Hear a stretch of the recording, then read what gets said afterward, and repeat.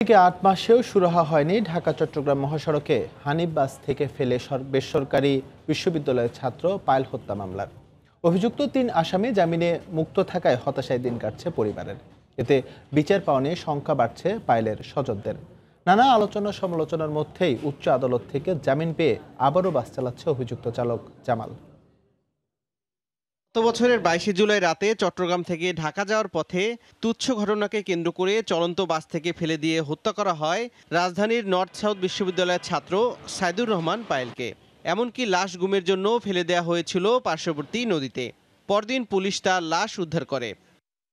এ ঘটনায় বাস চালক Jamal, supervisor Johnny ও helper ফয়সালকে আসামি করে পরিবারের পক্ষ থেকে মুন্সিগঞ্জের গজারিয়া থানায় মামলাও করা হয়।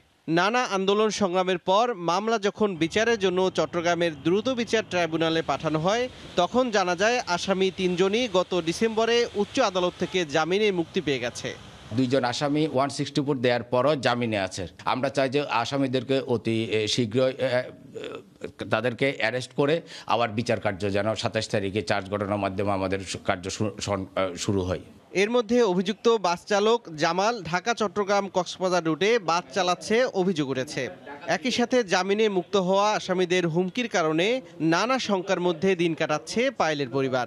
এখন আবার ওরা মানে আসতেছে, সবাইকে হুমকি দিতেছে, বাদীপক্ষকে আমাদের মামাকে ইয়েকে, তোরা কিভাবে হুমকি দেয়। জামিন নিয়ে আবার এই হত্যাকারী এখন গাড়ি চালাচ্ছে গ্রিন লাইনের ঢাকা চট্টগ্রাম ঢাকা সিলেট রুটে।